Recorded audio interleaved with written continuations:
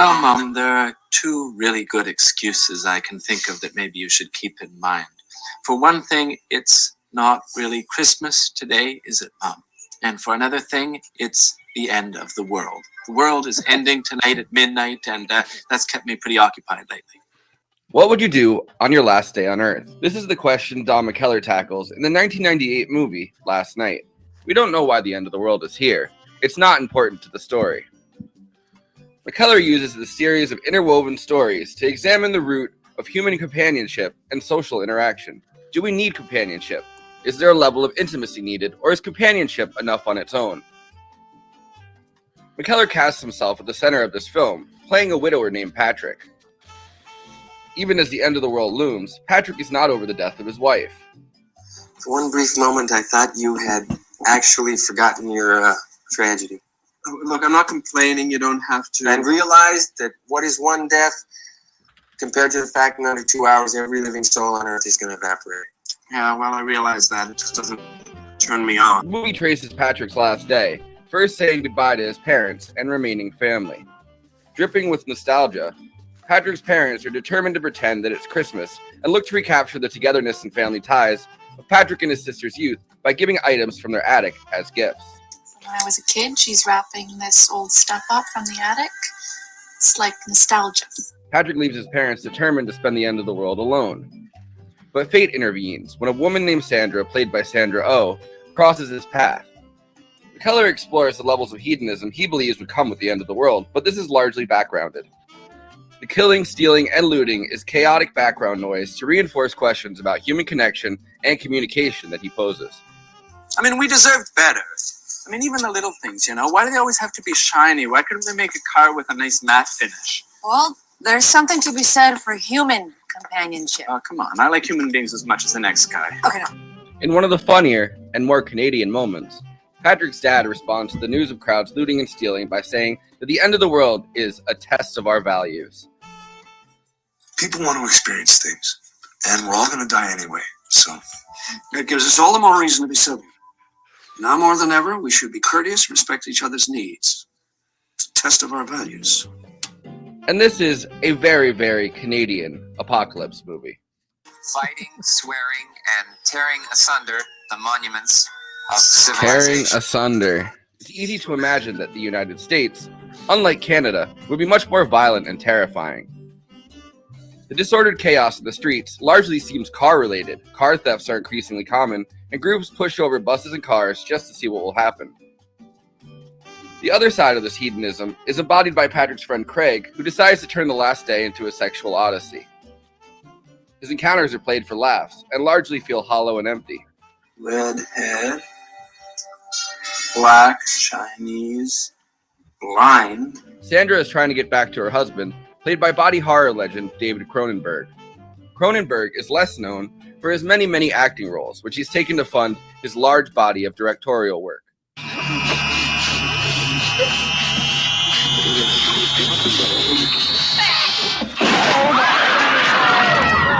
Sandra and her husband have been planning to kill each other at the moment the world ends, rather than face the potentially terrifying last moments of, well, nobody knows.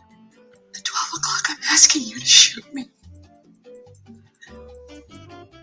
Sandra is essentially stuck in a purgatory-like state, almost comically unable to make it home and unable to reach her husband on the phone. And I think this is what stops Last Night from being just another romantic comedy set in a tragic situation.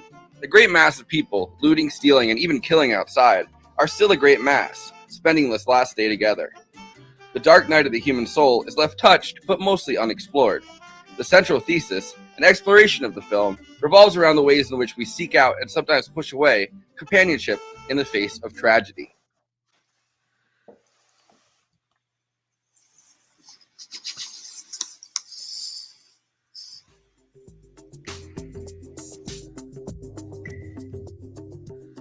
Anyway, before I introduce the panel, let me say, please like this video and subscribe to the Movie Night Extravaganza YouTube channel. Also, we are now monetized, so if you have any pressing questions during this live show, send us a super chat. We are absolutely obligated by international law, human rights law, to answer it. We also have a Patreon, patreon.com/Movie Night Extra. All of our after parties are available on there forever. Okay, let me introduce the panel. Jandrew World, illustrator, book cover artist, comic designer, and artist for Give Them an Argument, co-host of Movie Night Extravaganza and Bad Takes. Conan Neutron, host of Protonic Reversal and the frontman for Conan Neutron and the Secret Friends. Conan Neutron and the Secret Friends is done touring until December 30th, but you can find all their music at neutronfriends.bandcamp.com. Flo Khan. She was a former writer for webcomics and is on social media as Flo Machina. I, of course, am your long-suffering host, Forrest Miller. Without further ado, let's get started.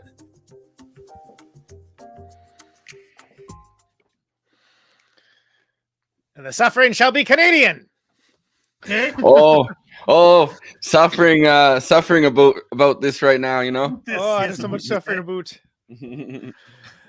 Most Canadian apocalypse movie of all fucking time. One of the reasons why it works, in my humble opinion, and one of the reasons why it's very unique and often imitated or flat out ripped off, but nobody quite gets the feel exactly right. It's a very mundane apocalypse, and that's one of the reasons why I lobbied hard for it to be, to who, I don't know, to be put in here. I just put it on the docket and nobody questions. But I like this movie a lot. I said this is a video store find for me. Like back when there were video stores, like I was like, oh, this looks interesting. I was like, oh, whoa, crazy. And I didn't know Don well, I mean, I knew Don McKellar. I think like I had seen, it was like a Cronenberg movie or something. Like I knew who he was. Yeah, like, I think it was Existence. Yeah. Existence, and, yes. Well, he's in Crimes of the Future too, but that came out like last year. But I was like, huh? Wait, wasn't it this year? This is the worst. This is the worst interruption you've done yet. Yeah, this is. I'm done. It's another movie extravaganza. Needless correction, everybody. Anyway,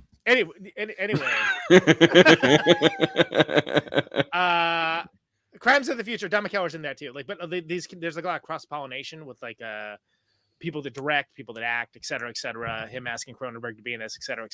Anyway, frame of references, I was like, oh, this is a cool idea. Like one of those, you read the back of the box, like, oh, whoa, crazy. Like the fact that like, okay, that there's the end is coming, but that's not like almost that's like part of the plot, obviously, but it's not like the raison d'etre. It's like Armageddon or something where they're flying to get a bomb an asteroid or something like that.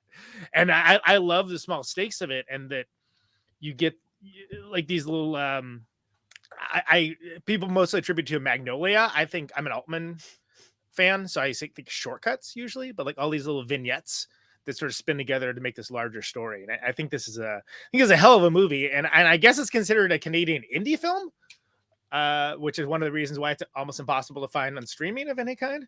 But I'm really glad we're doing it. Anyway, It was made as a collection of 10 movies that are supposed to like embody what the country is that they're going for. There was like 10 movies that were made by like a film company in France, and this was Don McKellar, never directed a movie before except for a short film, was asked to do one that represents Canada the same year that like I think Independence Day came out, he was saying, or Armageddon came out, one of the two.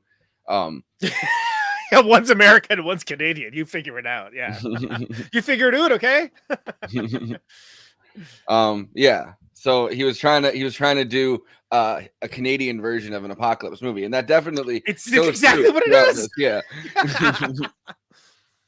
Welcome, Flo, to the show, hello. by the way.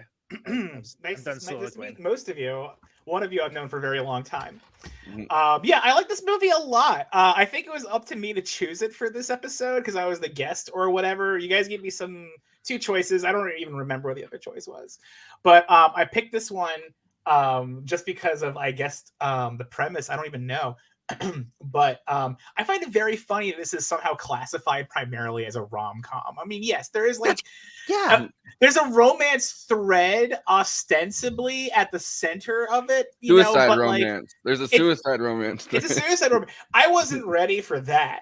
But that was interesting, and like I guess this is really early in Sandra Oh's career, perhaps. Really early, yeah. It's one of her first films, if I remember correctly. One of her, and it was her first chance to do something I think that wasn't like a comedy. Like she was doing a Canadian comedy at the time on TV, and Don McKellar was like, "Yeah, she could do way. I feel like she could do way more than that. I can." And Don McKellar's done a lot of TV. There's this big cross pollination even before Prestige TV with Canadian filmmakers doing television shows and things along those lines. But I agree. I don't think it's a rom-com at all. I mean, I think there's romantic elements to it, but it's, I mean, Look, it's funny for someone like me because I got a very dark sense of humor. No, I mean, but it is funny. But it's not a comedy. You're not gonna throw it on for some belly laughs, you know. No, you would not. No. Yeah, no, I think it is foremost a drama. It's definitely a people drama. And so like calling it a romantic comedy seems like, you know, that meme about like the guy who's only ever seen Boss Baby, and then he sees him in a movie and he goes, wow, I'm getting some real Boss Baby vibes out of this. This is like that, except instead of Boss Baby, it was Love Actually. And that's why they think it was a rom-com. But I thought that there was a lot, like, my favorite thing about this movie was how much it utilized visual storytelling against the characters blathering on about their like personal like inner turmoil, and how they never outright say exactly what the end of the world is in its exact nature. But I slowly started to notice that when the time was being displayed on the screen, which I thought was a cute way of denoting the chapters also. But like around 8 o'clock, I'm like, why hasn't the sun gone down? Yeah. You're like, oh, it's the sun is the problem. Okay. Yeah. Like, and it doesn't, you didn't start off with like a news report being like, the sun is going supernova. Like, you know, it doesn't front load. The sun has gone asunder. And of course, it's the most East Coast apocalypse because, you know, it's going to happen exactly at midnight. Right. Yes. An hour midnight. Yeah, we're going to be 3 a.m. for us. We're getting bonus time on those left coast idiots. But the sun has to make it all the way. The sun has to make it all the way around. You know what I mean? It takes each time it strikes midnight. Maybe the supernova's like Santa Claus and it visits every time zone at the same time. Who knows? Well, there was a small line that like immediately seared its way into my mind as soon as I was like really thinking about like the nature of this apocalypse, and I think it's McKellar's character Patrick who says at one point, I miss nighttime.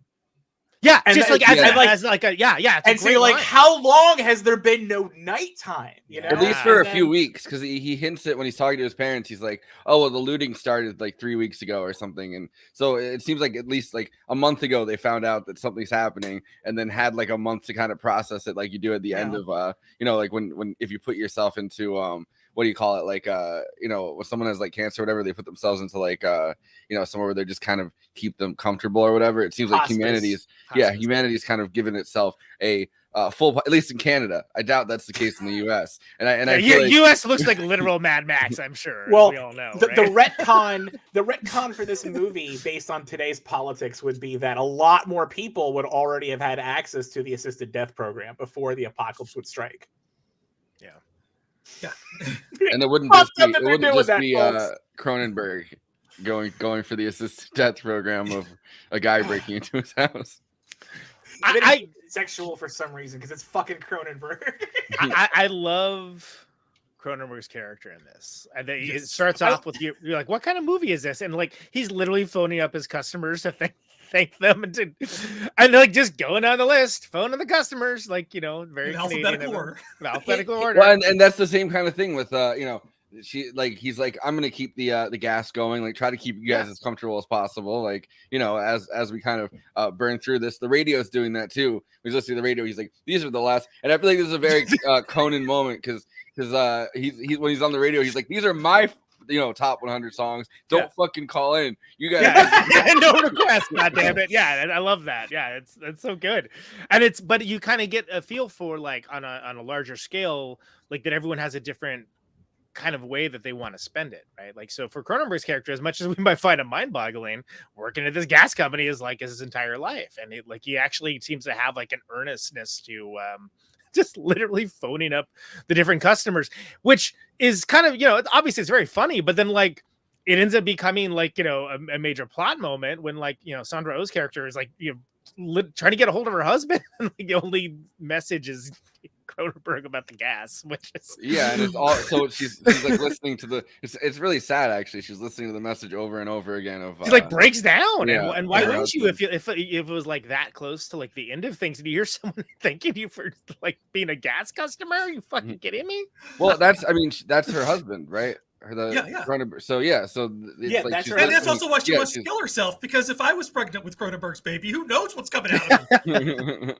but I mean, she's like gets reassurance, which kind of is the point of his whole thing. I think to go down the list and call every customer is to reassure them that everything's going to be, the gas is going to stay on even as the world ends. And in the same way, she gets reassured by that message because it's her husband. And then I like the line where he's like, "He sounds very nice." Like, which is like such a Canadian like aside, right? I got so much of a different vibe from Don McKellar's character than I did first time I saw it. Like, I feel like, especially when you see him being a dick at faux Christmas to basically everyone, like, and like he just is I call it like a non-shtick acknowledgement clause, where he just is like, no, I refuse to buy into this at all. This is bullshit. Yet he still happens to be there just to basically like be like throw a turd in the punch bowl. But like you get the impression like, oh, this guy's a cock. It's like, oh no, he's just been through like a lot of traumatic stuff and is like a little odd. And I think he's everyone's kind of taking his thunder, which he's the one that's been through all the stuff, and everyone's kind of having to process death for the first time. And he's like, you don't know that. You don't know that. You're like, this guy's a prick, and you're like, oh no, he's been through hell. Like he's been through this horrible experience, and then basically spends the entire movie like ultimately being like somewhat like altruistic, although haplessly so. But like from that party, you're just like, this guy's such a prick. Like, why is this guy such a prick? I also felt, I felt like it was relatable. I'm always the person that doesn't want to buy into like all the fucking holiday shit. Like my family will do stuff and I'll go, but I'll be like, this is too like this. You guys are taking this too far. It's not really Christmas. It's like some day that you guys have just set aside for this. Yeah. But I wanted to throw on. Or I'm like, children, no, it's too early. Go back to bed. This is Don McKellar on why he wrote this, and I found it kind of fascinating after watching it. It made me appreciate it more.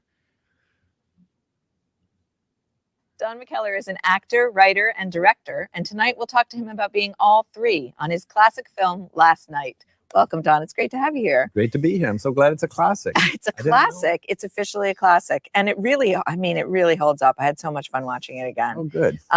So in 1989, you started working. You were a writer. You're an actor. But it wasn't really until this film that you decided to step behind the camera as a director. Why did you decide to do that?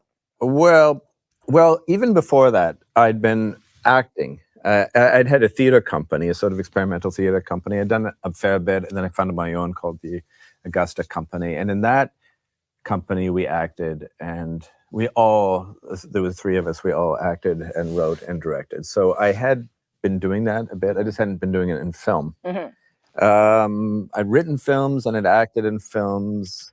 And then this French company, Oecourt, through Arte, asked me, well, that's not true. Even before that, I'd done a short film. Before that, I had gone to the film center. That's really what it was. Because I thought I was working in film, but I wasn't able to I wanted to do more like I had in theater to encompass all my stuff. So I went to the film center in the directing program.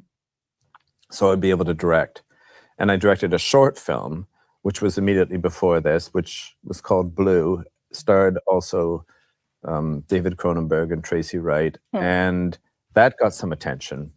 And then in France, it was written up in the Cahiers de Cinema and things like that. So the French producers asked me to do a longer version because this film, this is your first question, and it's going on and on for 10 minutes. It's the magic of television.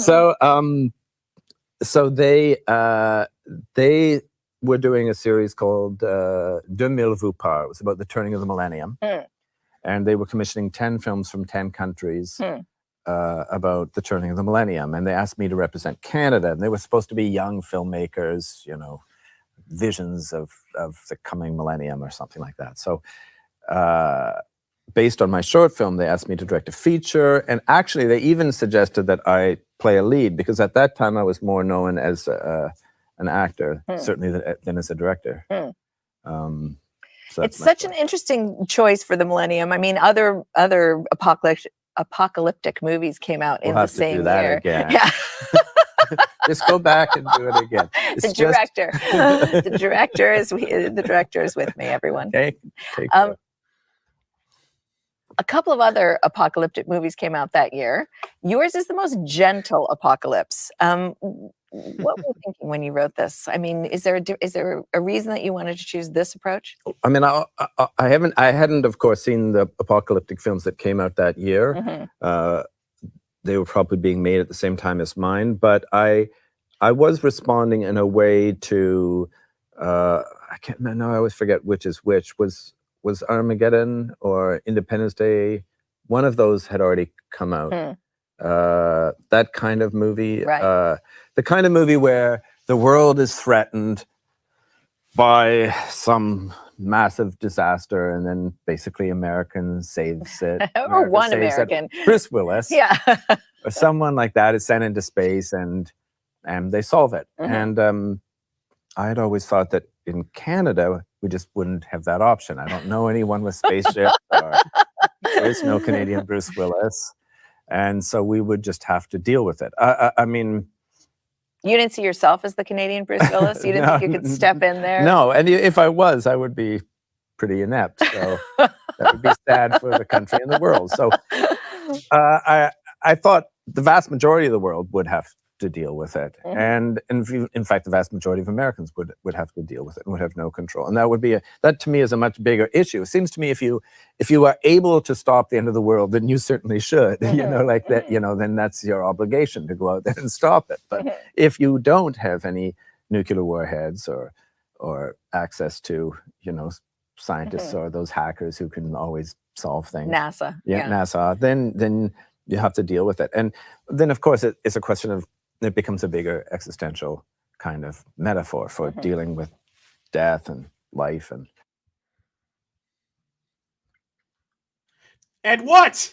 And what? This is the secret to my. I like that the last movie we talked about was 12 Monkeys, though, which is Bruce Willis absolutely does not save anything, and that's doesn't even save his own sanity. Yeah. So I don't know. It's a funny comparison there. But I think it's an apropos comparison, because if you think about movies that we were choosing to cover for this one, I mean, at no point ever were we like, yeah, let's do Independence Day or let's do like Armageddon, because first of all, Armageddon blows. Sorry. Even if it's not the Criterion Collection, I don't care. I know, like Armageddon. I would like to close my eyes, actually. Brian Teasley from Man Man still is threatening to send me a copy of the Criterion edition of Armageddon. Oh no!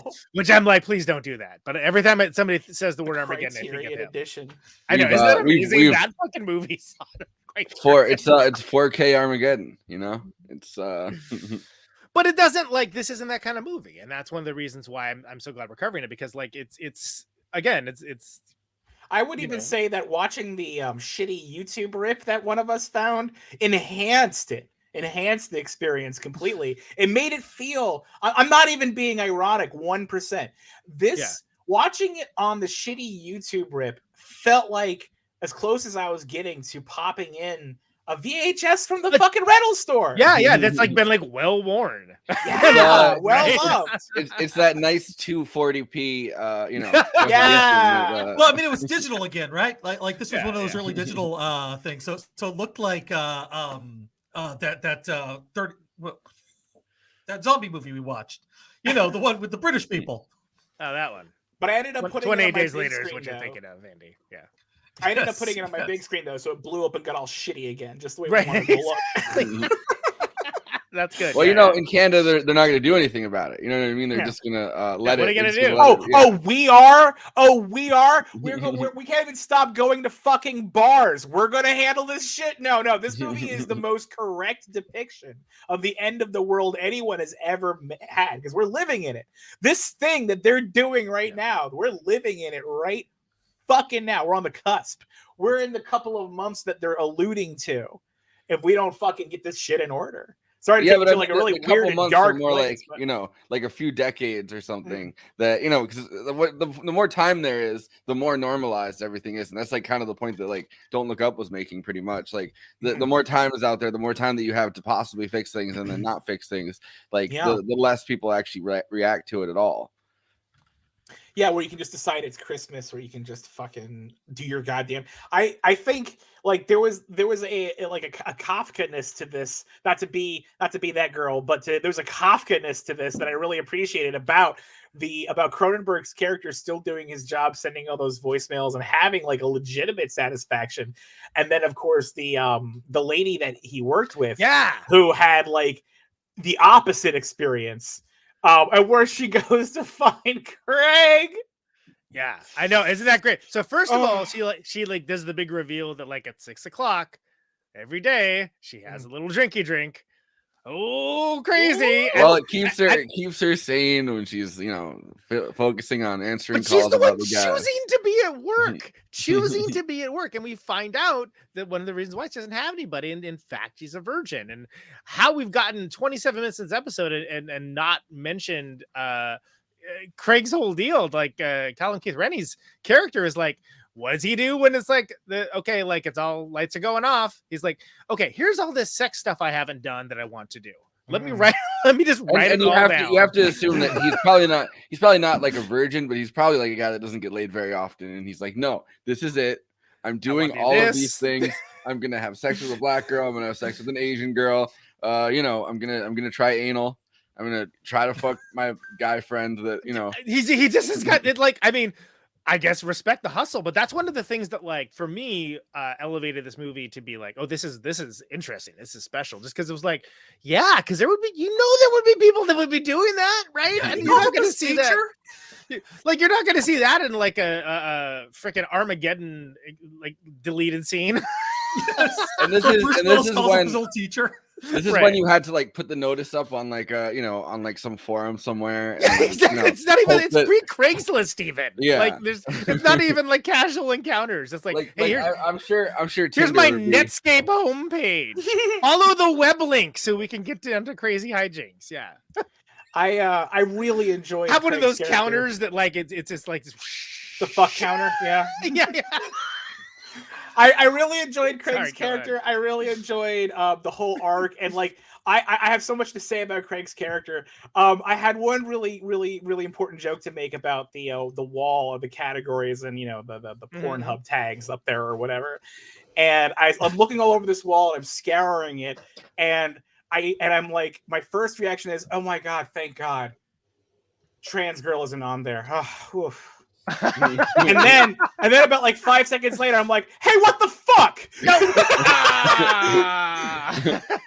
Oh, we're not doing that for you? It's both problematic. Like it's problematic that that the trans girl isn't on the list, and it's also but then also hey, why is it? I had a really Seinfeld like reaction to that. Why aren't we on there? Yeah, god damn it. I want to be on there, Jerry.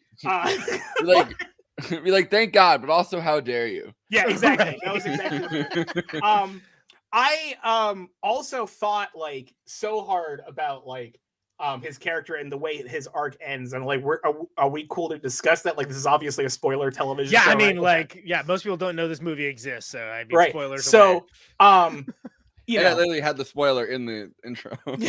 Yeah, exactly. If you don't know at this point, I don't know why I've been queer for much longer than I've been trans, so I've had a moment like that where I have like confessed like some sort of feelings to like my straight male friend or whatever, and so that was like a really painfully relatable moment for me in that thing, and also for him to be rejected, which is also the painfully relatable moment. And it's like Craig is such an interesting character because I didn't have my opinion change about a character so many times throughout the narrative as I did with Craig. Because in that first one, he seems like lovably pathetic almost in that encounter. And that second one, you're just like, oh, he's really just going for it, huh? And then like, also, I love, we can I don't think those things are mutually exclusive, to be clear. And then finally, when he gets to his, when Patrick is there and he sees the opportunity to have sex with a guy, which I'm also like, it's not that hard, but when he sees opportunity, or the only man he's comfortable with asking that for, and he's shot down, and he sits down and he has a cigarette, and it's like, oh my God, honey, you failed. Yeah, you failed your mission. you will not complete your list now. And Yo, I felt Craig's gonna love when he hears bad for about. him. He's gonna love when he hears about Grinder. And there's just some dude. Well, yeah, like he asked like the one guy who's not interested in a last minute casual hookup for the lights go off, right? Like, Yeah. And he should have known that though. He should have like known yeah, that. exactly. He should have known that, and he should have known that that Patrick would not have been impressed by his fucking wall either. But like, the weirdest thing to show somebody. Well, also, the way he presents it, he kind of presents it to him like a serial killer. Like he's just Yeah. watching him look at Well, it he and like, guards trying it to, like a I was serial expecting killer. corpses. In those first two encounters with the the coworker's friend and then the teacher, in those both two encounters, we see him slink.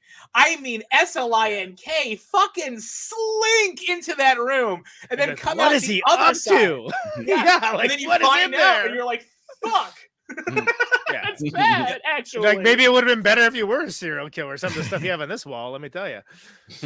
I will say this though: the teacher. A I don't know if you know blind- this, but she was originally cast to play Janeway on Star Trek Voyager, and she left after a couple of days because she's used to doing movies.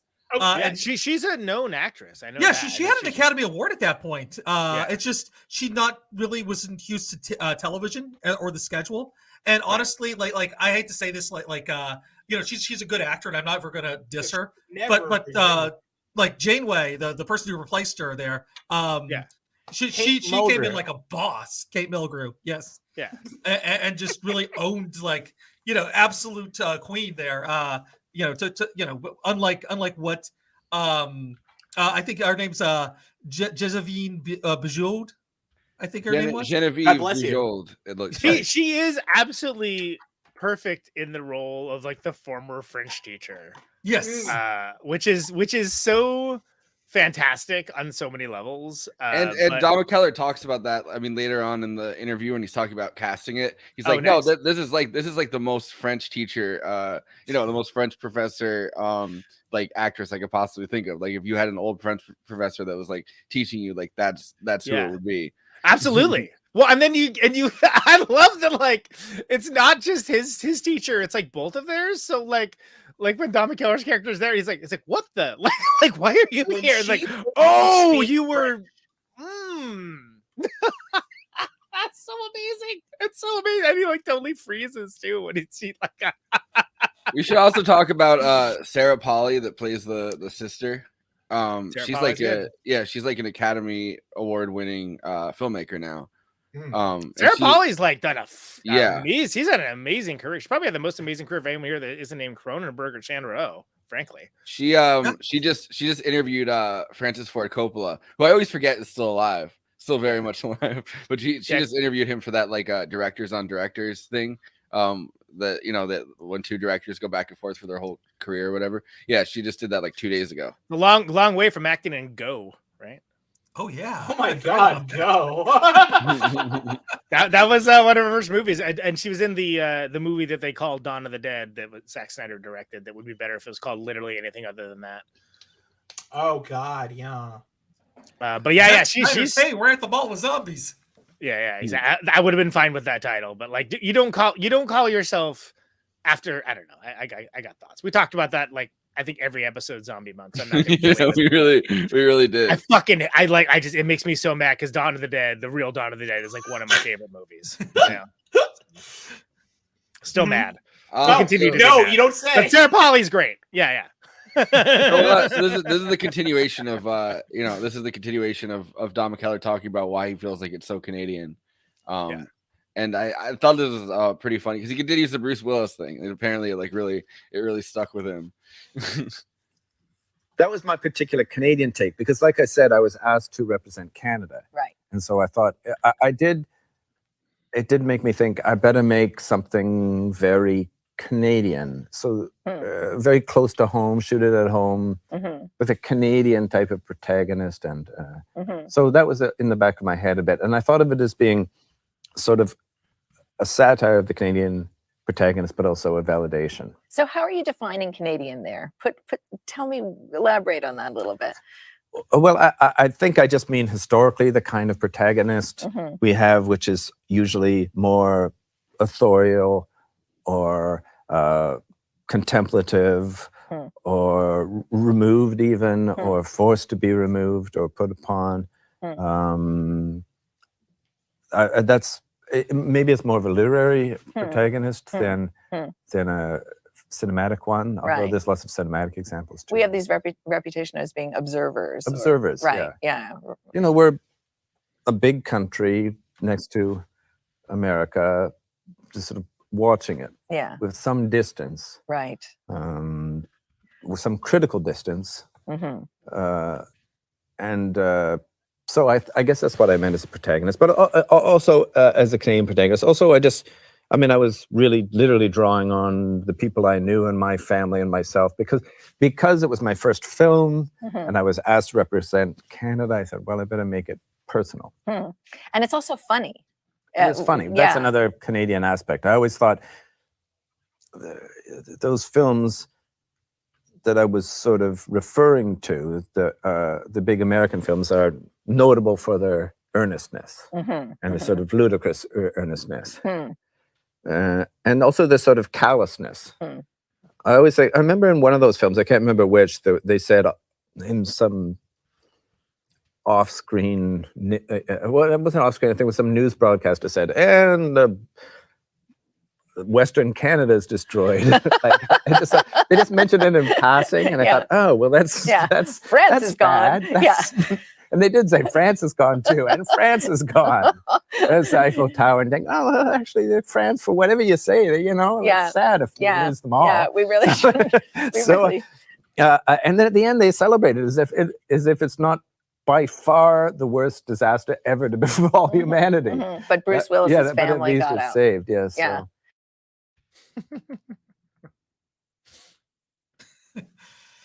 I like that he's trying to be real magnanimous about not being too hard on America, in that he's like, there are neighbors and we look at it from a distance, a critical distance. It's 2017 when that video was put out too, so you have to assume it's going to be some like real critical distance.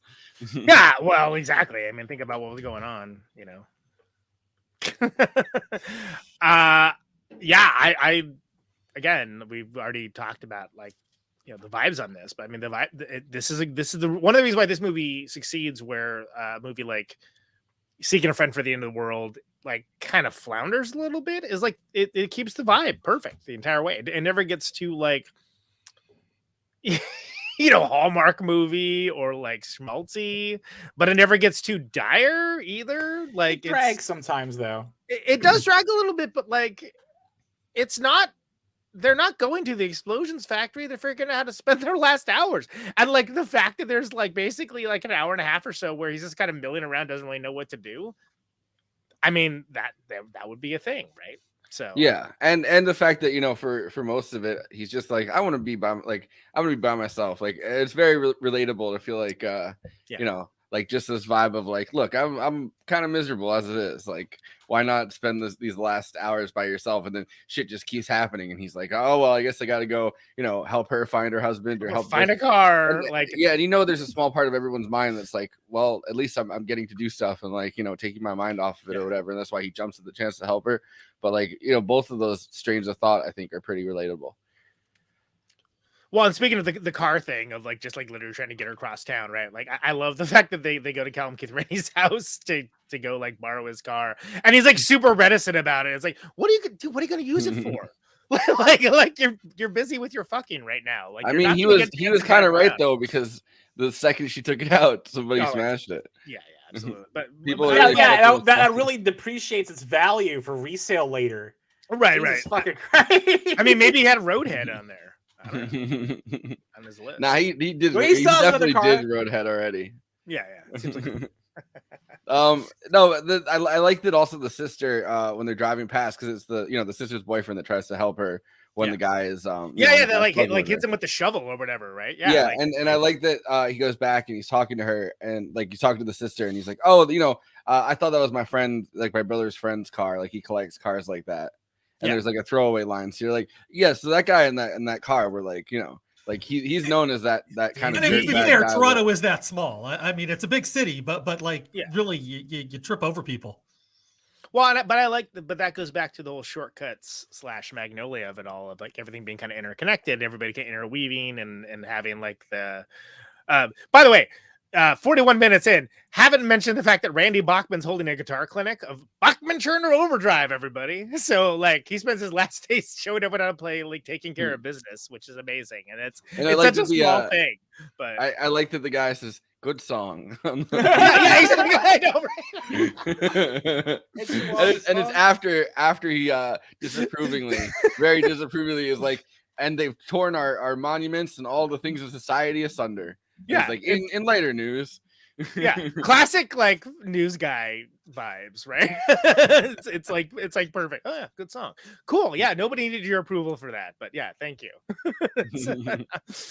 But like you get like little glimpses of like the world outside of like the primary characters of that, and but you don't. It doesn't go out of its way to explain to you like what everybody is up to. It leaves it kind of mysterious.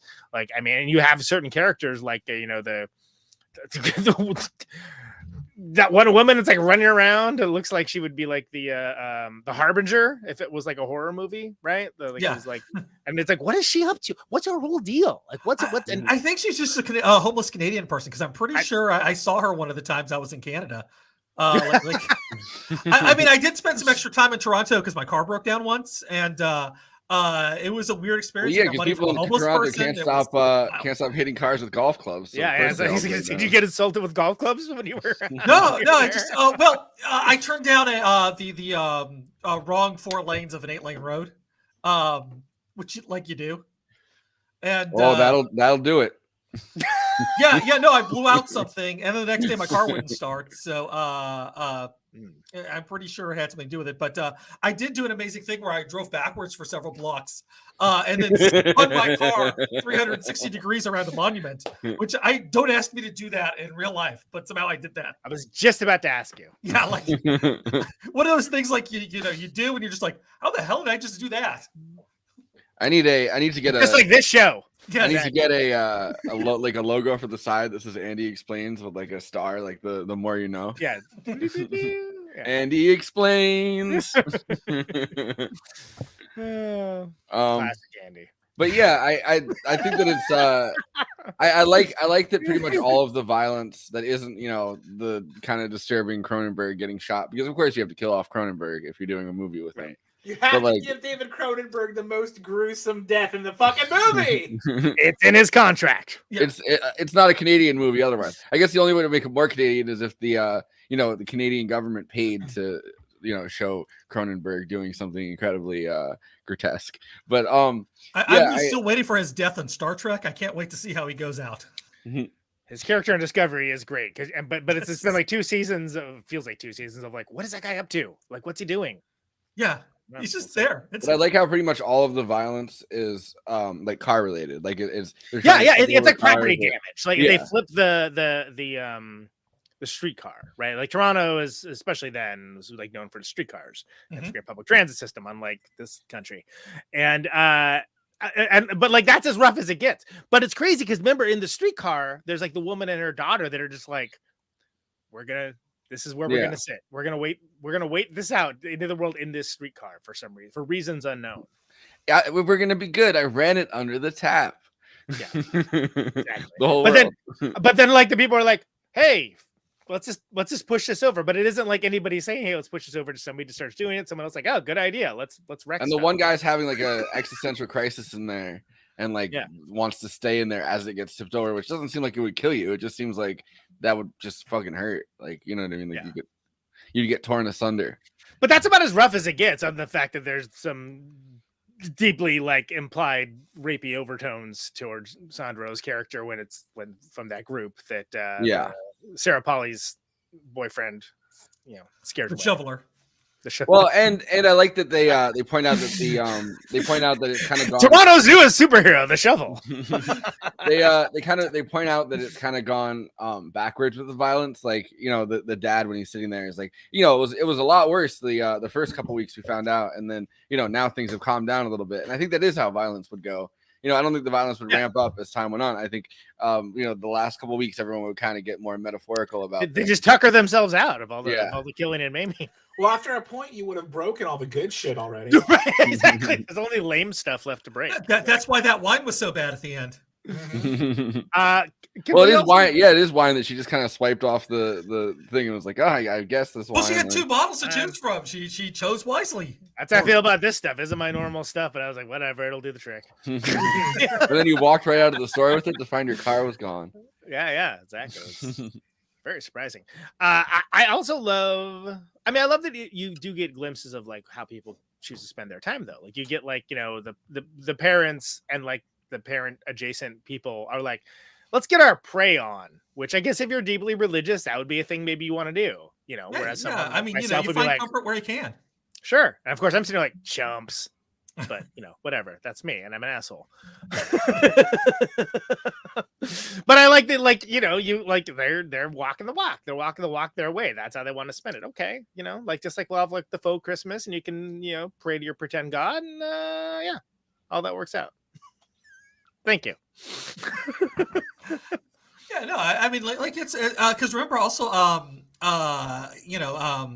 the friend there, his stepmom, invited him to go to her prayer group, because they sounds were great. for like like the stepmom that he doesn't want to have anything to do with. Yeah. Sounds good. Yeah, what a treat. Yeah, just what I want to hear before sex. Exactly. I'll get right on that. Yeah. Sounds good. I mean, maybe it's on his list. Who knows? Is that true? Did Jack Black star in an Atari Pitfall commercial? That's the entire story, honestly. Jack Black. Yeah, there's nothing to explain. It was cool. He was in Bob Roberts as one of his first roles. We know that. We covered that movie, more or less. Yeah, we do. We know that. Yeah. Now, speaking of roles, I have a list and it says things we know. Things we know. The first one I checked off is I know now that Jack Black starred in Bob Roberts as one of his first roles. Yeah. There you go. Now you know exactly. Because Callum Keith Rennie. Did I say his name right? Yeah. Okay, good.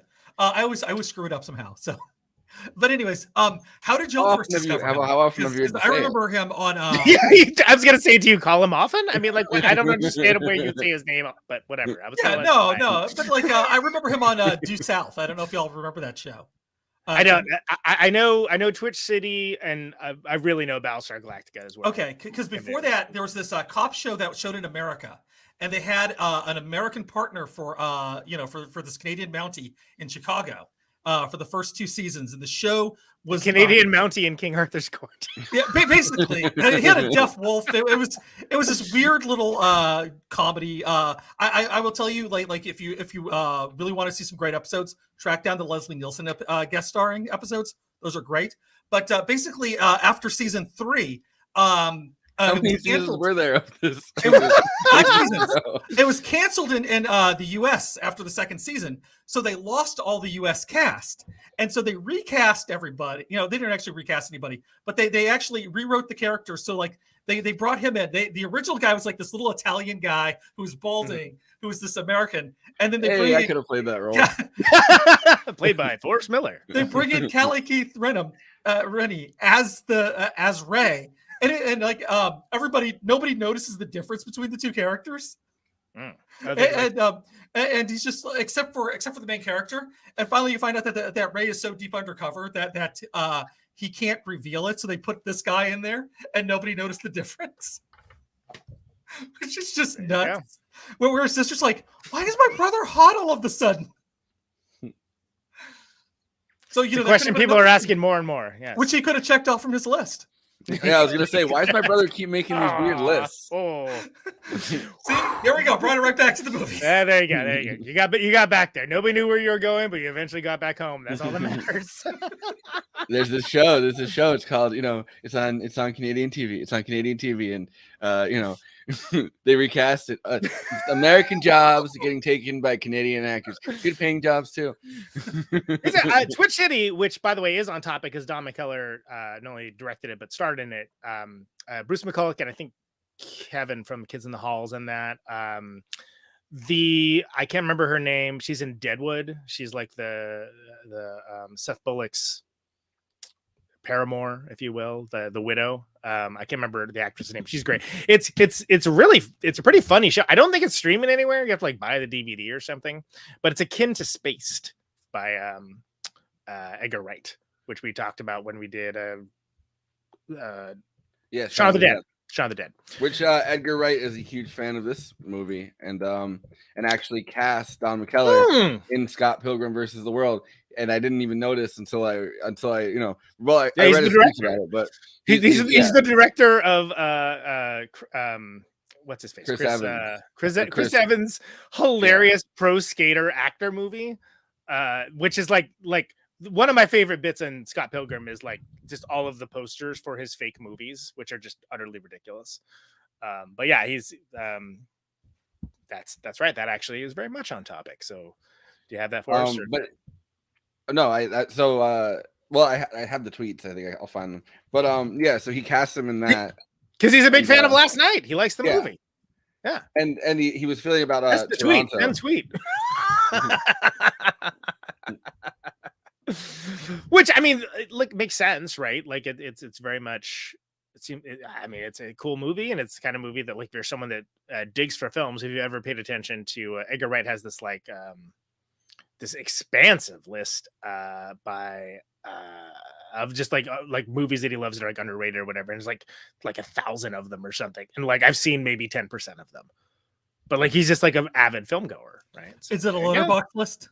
It is a Letterboxd list, yeah. Excellent.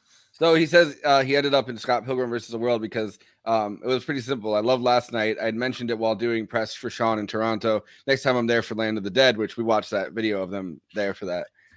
Bro, you need to go night mode for this shit. This is too much. we become my regular Twitter's on night mode. This one's just not. We become pals. I give him a little director cameo in Scott Pilgrim. Love him. So there you go.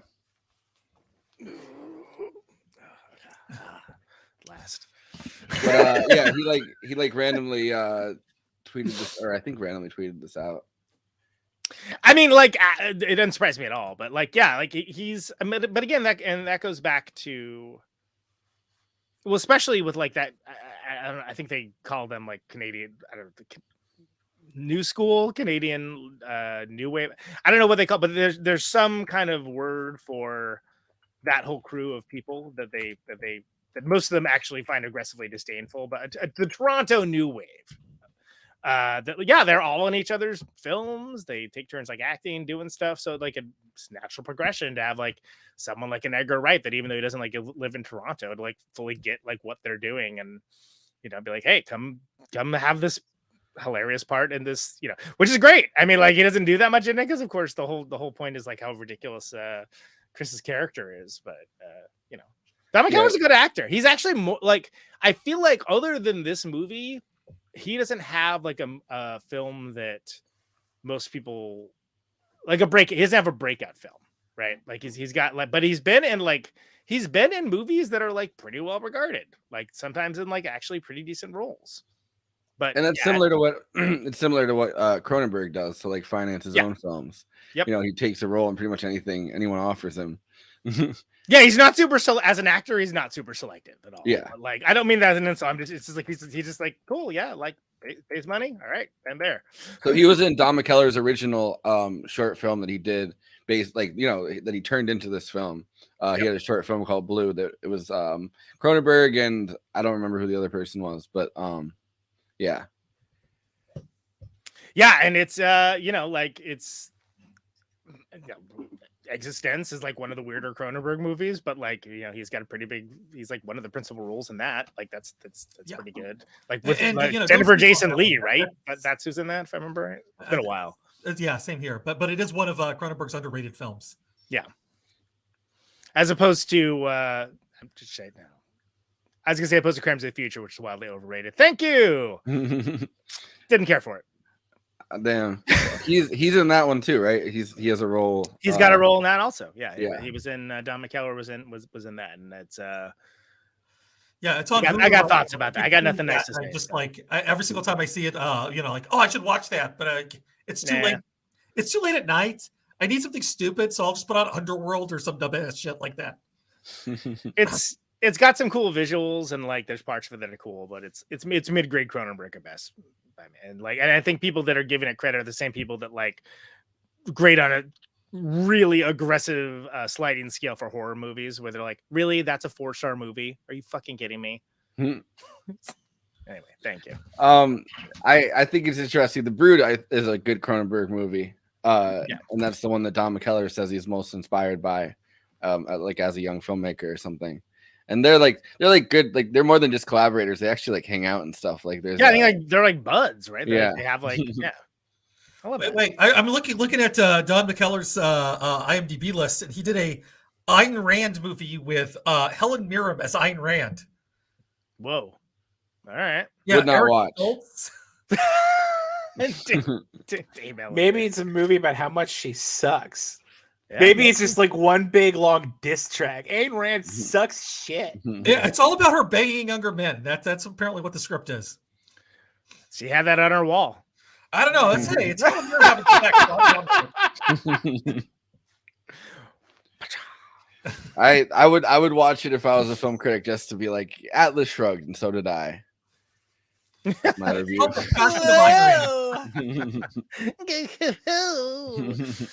right, back to the last night though, which like this may be the only time this movie's ever been discussed on a movie show.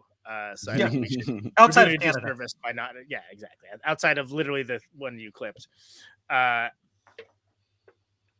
think this film was very successful what it tries to do, and I think the long drawn out storyline of Sandra Oh, who honestly probably has at least a strong claim for being like the primary character in what's ostensibly an ensemble piece, as much as Patrick is. I mean, like her journey of like just literally trying to get home so they can commit mutual suicide. Everybody, what a party! And she whips out the gun, like right at the end, and it's such a I mean, she screams, "I got a gun" at somebody, but you assume like, hey, maybe she doesn't actually have a gun. You know what I mean? Like, she's trying but she finally she whips out the gun, and it's such like a shocking moment because she's like, "No, I've got the like what I've been walking around with all day and trying not to let people steal. Yeah, that's 2 guns, and we're gonna just And those guns are fucking huge. Yeah, it's little like. Frankly, overpowered for the task, but like, hey, all right. Hey, you gotta be sure. Right? You don't exactly. Yeah, you don't want. And then these that bounced off my skull, and I'm still alive for another 2 minutes. And then these losers don't even pull the trigger. They don't even. But I think that her arc is fantastic because there's kind of because the whole time you're like, what is it that's in this carrying case of hers? Like, what is she so like protective of? What is it? And then you're like left to kind of wonder about it and like why she goes to such lengths to protect it. And it's like, oh, right. That makes sense. Which also it's like a Japanese thing too, because in Japan in the Edo period, it was there were basically these guys who go to door salesmen selling books about how like these love stories of these 2 people who couldn't be lovers in our world, so they commit suicide together and become lovers in the afterlife. And this was became like a theme. You can find it in a lot of Japanese cinema. So I kind of wonder. Well, I mean, they touch on that in Mishima. There's the one story that he writes about the girl that just keeps giving him cuts or whatever, and then they kill each other at the end of it. But yeah, that's all where I came out of was these basically like trash stories of that period, like trash novels, but. Yes, but I think it's notable too that like she's not going around, hey everybody, I'm gonna snuff it. Like she's not, hey, here's the thing I'm doing. Here are the reasons why I'm doing it. Here's the soliloquy of why. Like you're just like you don't know her motivations. But it's like you get like a sentence maybe, and I think that's so much more realistic.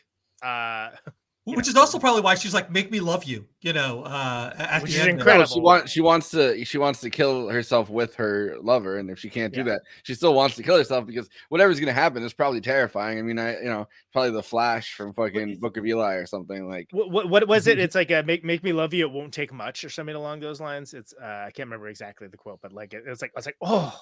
And That's and, he still, hilarious. and he still stutters his way through it. He's still like, Yeah, he's still like this classic Patrick. He still kind of blows it and Yeah, kinda, he's like, no game. hems and haws. Yeah, no, like I like that he like kind of works up the courage, and he's finally like, you can spend your last moments here. You know, like, I wasn't asking you for that. and then I was she's asking like- for something totally different. And he's like, oh. But then like what is it? It's like, shoo you. I hardly know you. We just met today, girl. I don't think I could do all that. Yeah, it's such a great line. It's as if like the familiarity will help with the shooting. Like, I know, yeah, we're old buddies. I'll shoot you. Yeah, sure. Is that how they do it in Canada? But it's also similar to like, you know, he gets propositioned from his friend, and his reaction is like, oh well, if you had asked me earlier, I could have worked it out in my mind. Right. Like, Well, it's exactly. the carefulness of Patrick's you know, I guess ethical and I guess whatever, like personality. Like it's his He's a very personality deliberate trait. guy. It has to be kind of socialized to him. He has to kind of ruminate on it for extended period. And clearly, like, even though he's given a lot of thought to the fact that there's this impending doom happening, like his thoughts on that are like he doesn't want to be like in a social setting. He doesn't want to be at his parents' prayer group. He doesn't even want to be a fake Christmas, clearly, but he does it because like out of like some obligation to his family and loved ones. Yeah, the one person he wants isn't there. Exactly. And I think when you again and when the movie starts off like, wow, this guy's a dick. And then you're like, oh, okay. But it's so funny because when Sandra's character is like, what's up with these like kindergartner drawings on here? Like, you know, with the implication, like, are you some kind of like freak? Like, what's your deal? And then it's like, oh no, that was like, if you look at them, it's like they're Yeah, all, when like, she you first know, thought it was get his kids. better and like yeah, and then after that there's an awkward moment, and then but then you see it's like, oh, it's all these get better art pieces by her kids for when she was dying, which is like, oh, The crazier thing is that Tracy Wright, who plays the girl that's like a virgin in this, is like the longtime collaborator of Don McKellar, and she passed away like a little while, like I don't know, like a couple decades later, 2010, of pancreatic cancer, and they had gotten married. They got married like 3 months before that or something, so that they could because they were together, I guess, for a long time, but hadn't tied the knot. And then she found out she was dying. So he like she's in like Me and You and Everyone We Know.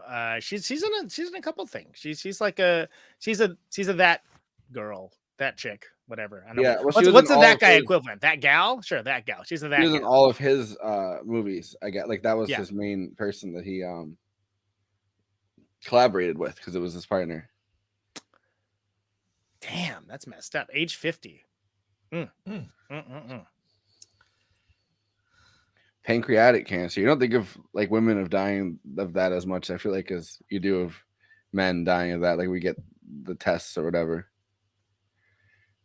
Hello. Yeah. It's that's my buddy Crates. That's his DJ name. There you go. So Crates? I think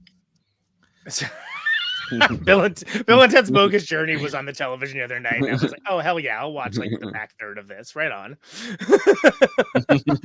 What an insane sequel, by the way. Like of like up there with like Gremlins 2 and like Aliens as far as like, okay, let's do something totally different now. Like let's Army of Darkness. Yes. Army of Darkness, another good one. Yeah, absolutely. This is not a movie you can make a sequel to. This is pretty definitively the end. Well, you could do it like a quiet, like the Quiet Earth, I guess, and you could have him be the last person that's left and just kind of be wandering around. Oh, we do the Quiet Earth, but it's Canadian this time. Yeah. What's the market like the? I would look. I'd watch John McKellar do that. That guy's the great actor. That'd be awesome. I want a Canadian. McKellar. Yeah, let's go for it. I want a Canadian version of The Quiet Place, where it's no trouble at all to like not make any noise. They're just really polite about the whole thing. I'm sorry. Sorry. My apologies. And then the guy gets. Okay. I think that the interconnected weaving of the stories is pretty fascinating. I mean, we touched on the French teacher, but that's got to be one of the most incredible interactions, right? Because you're like, at first you're like, why? Are you there to? But then like, there's this kind of like, she's at one time, she's not the least bit awkward. She's very like comfortable in who she is, but like as that unfolds, it's Colin Keith Rennie's character. It's Craig that's like feels kind of like weird and kind of like, you know, kind of like oh, this is bizarre, right? And the way that she puts it, so like matter of fact, like I'm happy you called me up. I know how you felt about me now, and it's like, and he's like, oh, this is not all my other interactions. Expect this at all? Yeah, exactly. But it is a French I mean, he's not like he called up his Spanish teacher or, you know, or his math teacher, or like, you know, it's French has a connotation to it, I think. Yeah, I guess so. I took German, so. You can call up your German teacher because you have a humiliation fetish. Get yelled at. But like it's wild that like how that plays out is sort of like she doesn't quite make it easy for him. You know what I mean? She doesn't go out of the way to like make him feel comfortable about it. And I kind of love that because it kind of tells you more about her character that way. Of just like, you know, like, no, she knows exactly who she's like when she kind of like bust chops with Patrick in the hallway. Like it's you know, sort of do you remember any of your French? Yeah. And he literally could have just said nope. And that would have been, and she would have been like, disappointing. But like, it's like, oh yeah, show me. Like, oh fuck, dude, why did you come on? That whole scene reminded me. One time, my kid was like, "Wait, they speak French in Canada?" I'm like, "Yeah, talk like a French Canadian." Right. I don't know. I don't know. Yeah, I just know they exist. I think that. Well, I was gonna way earlier on give props for the bumper music for the intro. For including what is it, Guantanamera? Yes, which is total jam, right? Yes, but plays a large role in the film as well.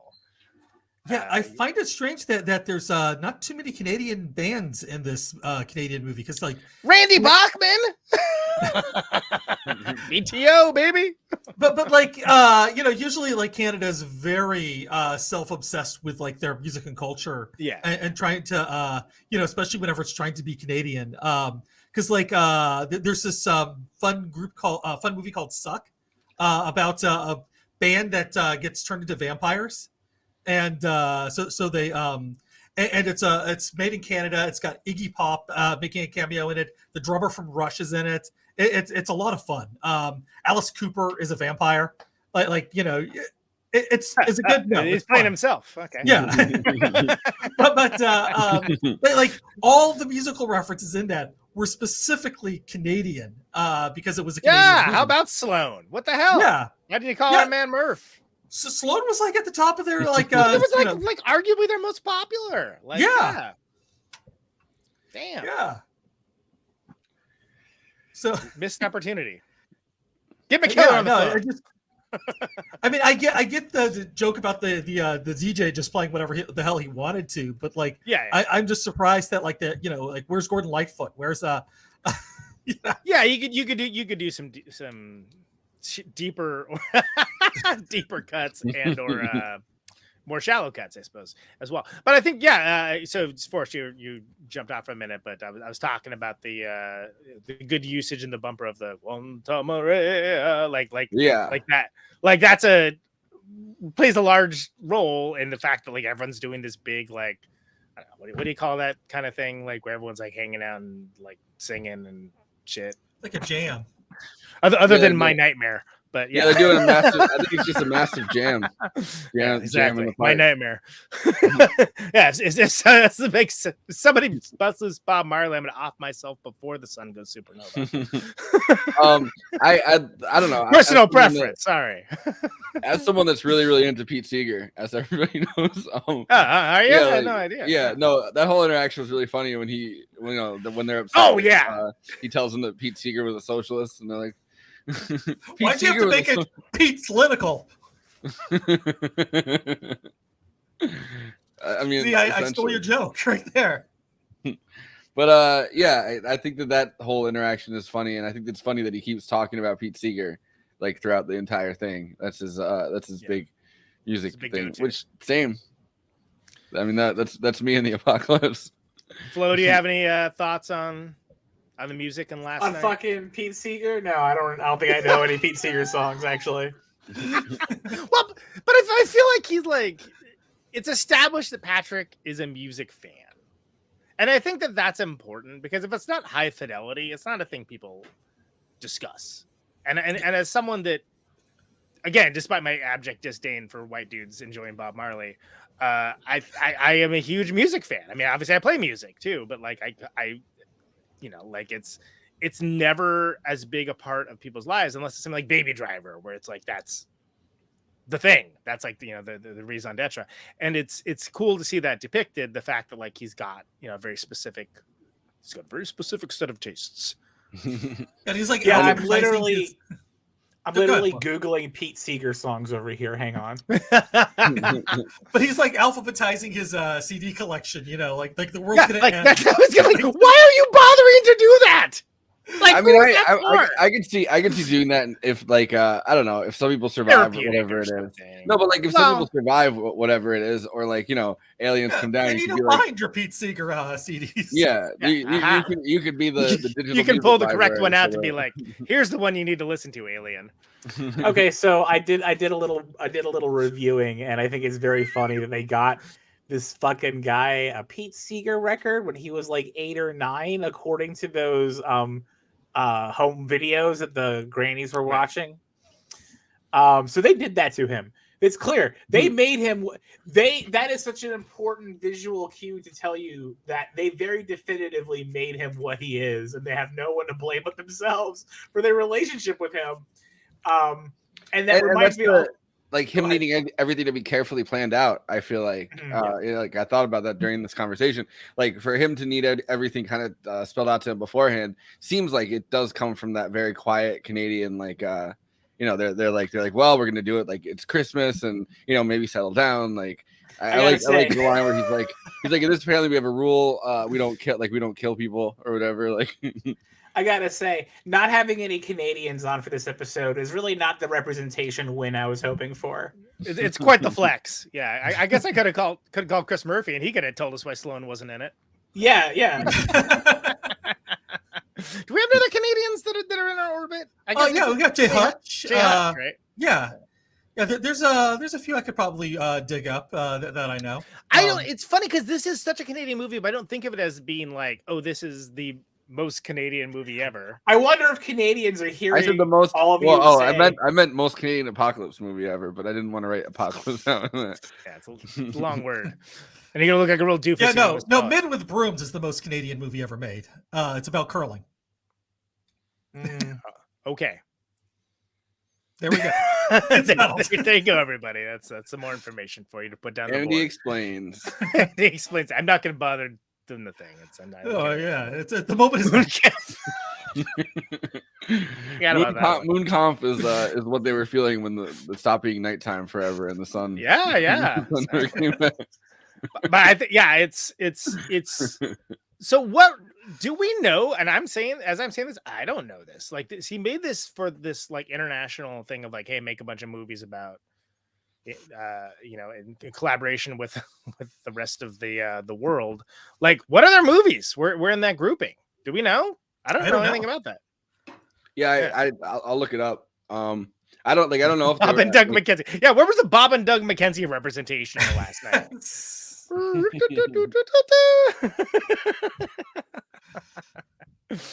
Pete Seeger wrote the song given to Bill and Ted to Save the Universe. Prove me wrong. Yep, many people think it's Kiss. It's actually Pete Seeger. That's not true.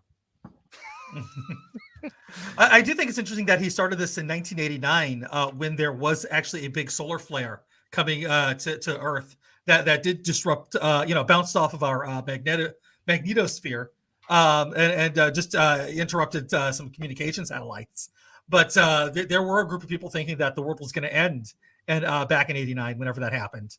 So I can see that's probably where the kernel for this movie came from. So Hal Hartley's The Book of Life. Oh, cool. I like Book of Life. It's like mid tier Hal Hartley, but that's a good movie. Here, let me just throw this on screen. There's a bunch of them. There's in fact 10 of them. Oh, I was gonna say that. I was gonna keep that to so myself. it's 2000 Seen By is the name of the So Hal Hartley representing the U.S. Actually, very apropos choice for 90s because that was Hal Hartley's sort of golden period. Frankfurt Millennium. Oh my God, I don't know who that is. Let's see. Do I know who any of these people are? Boy, I thought it was Cosmopolitan. I don't know who any of these freaking people are. La Primera Noche de Mi Vida. I like the those are like the words I know in Spanish. Aikido. A Japanese dude sounds familiar. Oh, that Japanese dude sounds familiar. What, you mean the Taiwanese dude? I don't see Taiwanese. I'm sorry. I'm like trying to read the. That's name. why it's funny because it's in that Italian, like borderline racist accent. I thought you were doing a bit. What's doing a bit now? Yes. Yeah, there you go. Just take credit for it. Yeah. Yes. Yeah, I don't know any of these. No. I wonder if they're any good. So I know Book of Life. Each film was made to be about an hour long, made for the cost of 4 to 5 million francs by promising directors. How promising can they really be, I guess? Well, I mean, look, it was different times, right? I mean, everybody kind of thought that Hal Hartley was going to have like a career, along the lines of like the Coens or something for a while. I mean, he was like pretty well-known commodity. Oh, well, PJ Harvey's in The Book of Life. I forgot about that. Yeah. I remember when I first saw Usual Suspects, I thought that Bryan Singer was going to be the next Alfred Hitchcock. And boy, was I wrong. Yeah, well, he was the Alfred Hitchcock of inappropriate behavior, if you ask me. Yeah. Well, Alfred Hitchcock was the Alfred Hitchcock of inappropriate behavior. So, yeah, not as bad as Bryan Singer. No, but pretty bad though. Pretty bad. But yeah, that was so we can all have bad calls. Yeah, I was gonna say. Letterboxd, everybody. Letterboxd is a place for film lovers to talk at, with, and to each other about the movies they love, the movies that they didn't love, the movies that were so Canadian they wonder why Sloan weren't in it. Of course, this is best expressed, bottom-up democracy, no Siskel's, no Eberts. Everyone gets to have their say. Keep it succinct, keep it tight. Working a tight 5 in front of the brick wall at the Comedy Store. These here are Letterboxd one-liners for last night. Really into the idea that if you know the end of the world is coming, of course you have to have dinner with your parents and like your sister's shitty boyfriend. he seemed like a nice enough guy. I mean, he was in and out of the picture, I guess. Yeah, well, that was his biggest complaint, right? That like, yeah, he came back when the world was ending, and maybe didn't have better prospects. But hey, handy with he could have made a whole list. You know what I mean? And he chose he chose to settle. You never settle. Yeah, exactly. But that seemed to be like his biggest complaint. Yeah. I would cancel all my plans for someone to kiss me like that instead of mutual suicide. you only have that one plan if you're committing mutual suicide. Fair enough, but we would cancel all of them, all one of them. Yeah. I think that's sweet. Let's not trash talk. Who amongst us hasn't run into our old French teacher coming from a booty call with an old classmate and been forced to greet her en français? Who amongst us, really? Wait. No, I've never took French, so that haven't happened to me.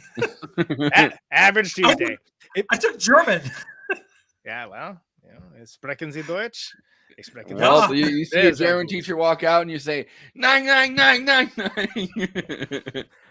If I had 6 hours left, I would watch the Snyder Cut. Tommy, you need to re-examine That's the saddest thing I've ever heard. I know. I thought this movie was sad. God, that review was sad. Yeah, that just made me. I would not want to do the double suicide. It's like I'm a double suicide after I do this bit. I want you to shoot me. I hardly know you. Call that out earlier. I forgot that. Shooter, I hardly know her. Yeah. It's good. Pete Seeger's a socialist? What was your first clue? I would also give up my last night of God-given solitude to help Sandra Oh find a car. Oh, You got to help her find the car. You know? yeah. Seems important. So it was important. Absolutely. That one teacher is off the charts supportive of her former students. How does that have 2 likes? That's great. That's so good. Just there. No rating, but yeah. I want David Cronenberg to call me up before the world ends. He doesn't even have to talk about gas. You know, he can talk about whatever he wants. Whatever. Just whatever's on his mind. Yeah. Great background for this, by the way. Currently getting myself into such a stress trying to narrow down which films I'd watch if I knew the world was ending in 6 hours. So many people like are going out watching 12's Letterboxd, but like I feel like I'd want to do something I've never done before, like make a whole list and until the end of the world 1 1/4 time. Thank you. Long game. You get up for a bathroom break and then you realize like you're not going to make it to the end of until the end of the world. You're like, fuck. Yeah, I watch until the end of the world at the end of the world. Right? That's the joke. That's the joke. My kink is David Cronenberg saying, "You bad girl." She just likes that little drinky at work. It's a good delivery too. Those are the Letterboxd one-liners for last night. Please follow the show on Letterboxd. That's your host Forrest there, most Canadian movie ever, moving extravaganza. Follow me. I am Conan Neutron. I'm all over that biz, highbrow, mid-tier. Sometimes I'll even remember to log a movie. And of course, we have J. Andrew, end of the world, watching all the weirdest stuff so you don't have to, or maybe so you can. I don't know. Who are we to judge? He's either way he's doing it, so you can choose to observe it or not. It's like the Heisenberg principle. Yeah. Flo, do you have I don't think it's not compulsory and this is not peer pressure. Do you have a Letterboxd account that I should be plugging as well or no? Absolutely fucking not. Okay. All right. Damn. All right. That's as authoritative as the French teacher in that hallway, frankly. That was harder than I thought it was going to be. I barely know what a Letterboxd is. Is that a Twitter just for movies? It sounds awful. It is without the toxicity. Yeah. Jander World. I'm done with this. Jander World, take it away with the plugs, please. All right. You're watching us on YouTube right now, so please do those YouTube things. Like, comment, subscribe, hit that bell. And the big ask is watch this video to the end, because not only do you get to hear the great Conan Neutron song there, but you also get to help us find other movie people. And I've just tripped over every single word of that sentence. I wasn't even interrupting you. Algorithm. I was being so good. I was just like, I'm just going to let him go. It helps the algorithm. It helps us in the algorithm for movie. It helps you find other movie people. Is that really what you said? Like, what is that? Key grips? Who are we looking like? What kind of movie people? It helps me find a sound guy. Yeah. The best boy grip is Johnny on it. What? It helps you find somebody who can be better cue cards than what I have. Stuntman? Like, I don't know. Like, what kind of movie? Oh, whatever. We're trapped in a cycle where until I get paid, until I get paid off the show, I can't pay Andy to come up with better cue cards, and he can't. He's got to keep reusing them. And they're not good, folks. They're not good. It's like been written over 1 million times. Like he has a dry erase board, but he uses Sharpie on it. All plugs and no play make Andy a dull boy, and it's just that written out thousands of times. Respect, because I did that once and it sucked. I was like, oh my god, that wasn't a dry erase marker. Jesus, it's ruined. But if you're following us on things too, also follow us on Twitter, Facebook, Instagram, and Mastodon. Are we on that? Not quite. I joined it this week. We're getting there. We're getting closer. Not Truth Social, because Truth Social won't let me join.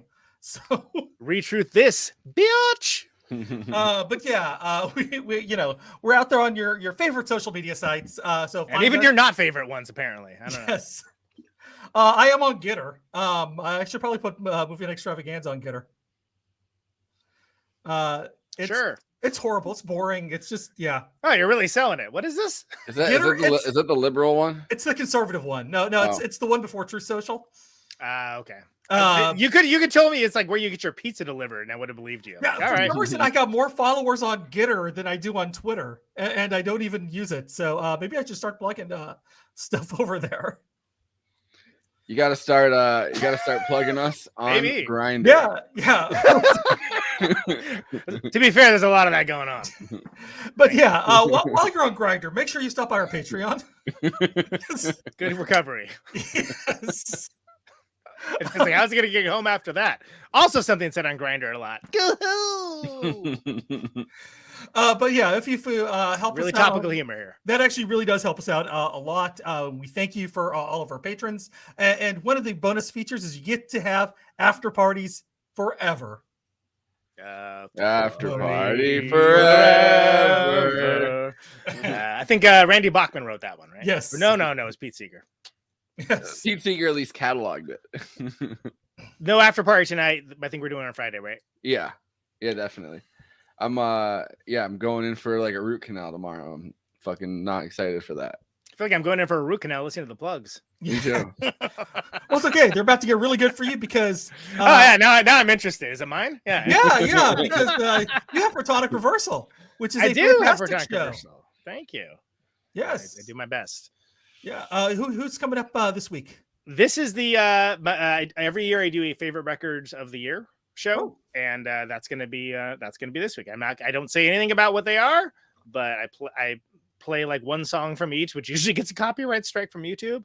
And it's a good opportunity to find out the records that I've been listening to the most this year. And some people seem to get some value out of it. Some people just skip it and wait until someone they know comes on the show. So this is your version of the last the top 100. Yeah, the DJ in songs. last night. Yeah, absolutely. Yeah. Absolutely. 100%. 100. Yeah. Yeah, no, good callback. That's what we do here. Bandcamp, neutronfriends.bandcamp.com is yes. Conan's Neutron. Conan's Neutron. There's two of them now. It's Andy's world.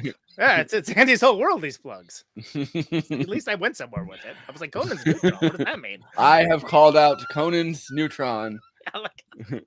Kind of.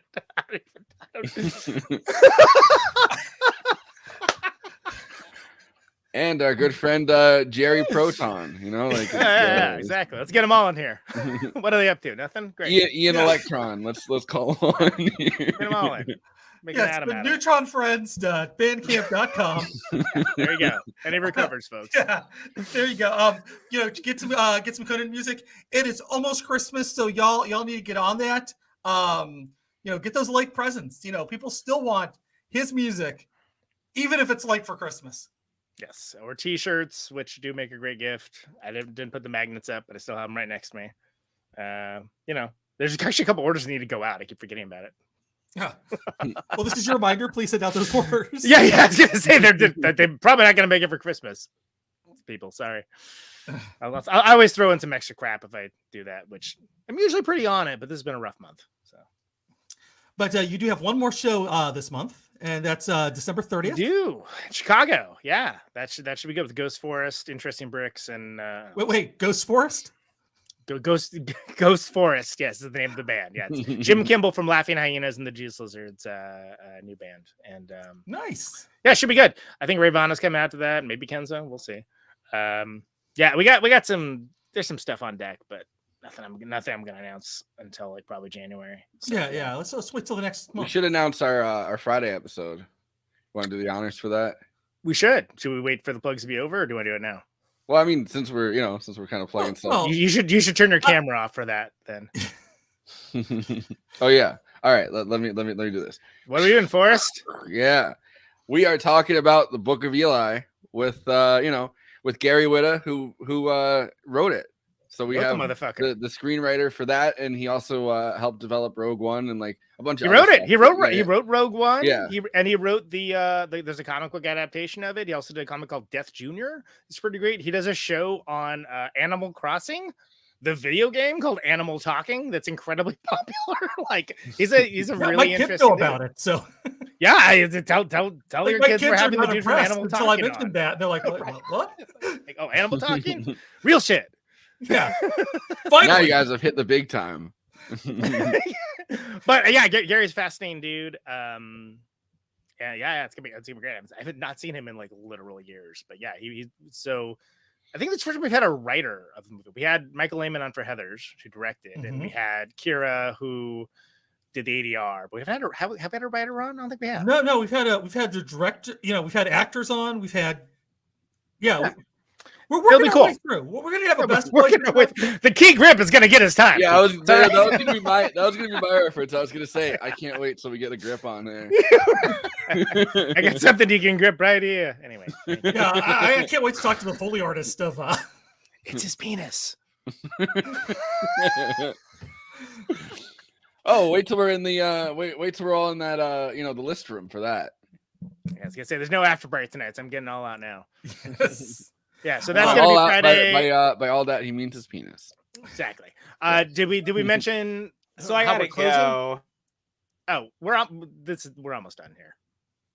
It's fine. I was gonna say Jerry Casale from Devo for Don't Look Up to next week. That's the last. Yeah, that's the last show of the So I think Flo year. So do you have any plugs for us, Flo? This is where Andy don't follow me. I'm good. Yeah, I will say though, check out her great graphic novel. No, it's good. Don't bother. Okay, that's fine. But yeah, no, it is a good book. I won't. All right, I guess. And just Christina's not here, but if you want to buy our coffee, go to coffee or Ko-fi as it's spelled out KOFI.com/cosmopolitics and buy our coffee. There you go. Oh, and there's a couple hours left. You can still get issue 2 of Darude, Shadow of the People. Get my cover for issue 2. Issue 1 is still available, but my cover for issue 1 is sold out. But you can get it as a poster. All right. So if you want to serve that, sounds good. Flo, do you have any final thoughts about this movie? I loved it. I'm glad that I picked it because I really enjoyed watching it. I enjoyed watching it on the YouTube rip. I thought it had extremely high points in doing visual storytelling as a means of like supplanting and also bouncing off of its extremely verbose and pacing, dragging down, monologuing at times, which were often very stiff because I think it was a lot of early careers for some people. And I can't get over the quintessence of that level of dread we would experience in specifically 1998 being expressed in voicemail specifically, because even by 98, voicemails were already getting a little antiquated as a means of communication. So like that really rings true in a way that I think, is even more dated now, but even then would be considered dated because now it would just be mass emails, or text messages or goddamn whatever and call it a day. Yeah, they showed like the early web page too, where he's trying to get the Netscape Navigator. It's Netscape. Yeah. That's amazing. But yeah, it was a delightful movie. I was very pleasantly surprised. I thought almost the point of this was for us to find like bad movies and rag on them, but I was like, hey, this one's pretty good. Yes, you get it. We do have friends that have a podcast where you do that, but that's not what happens here. We're not here to promote that show. We're here to promote this show. Yeah. Awesome. Well, yeah, I think that's super insightful. Thanks so much for coming on the show to share absolutely. Your thoughts on it. It's awesome. Andy, you got some final thoughts? Yeah, I gotta say, one of the things I really did like about this is the, we mentioned briefly that this was shot digitally and had that early kind of grainy digital to it, but it works because that almost acts as an effect for the, for whatever the sun is doing that's going to kill us, whether it's a solar flare or it's going to explode or whatever it is that's happening. It adds to the ambiance of that. So, I quite enjoyed that aspect of it, and which is why you didn't hear me complaining about it being shot like on crappy digital. It's part of the story. Yeah. They made it work, and that's fine whenever you get something that doesn't quite, technology's not quite there, but like you're working with it, and it works that way. So Just like that's this show. yes. in The everything I do. technology's not quite there, but yeah. All right. Conan. Look, this is a fantastically underrated bit of Canadian indie cinema. I'm kind of surprised so few people know about it. Like I said, I found it at a video store, like the cool video store, and I was super glad I did. You know, similar approach to Magnolia and Shortcuts, and the fact there's a larger incorporated story, but like much smaller stories and small stakes for some of them.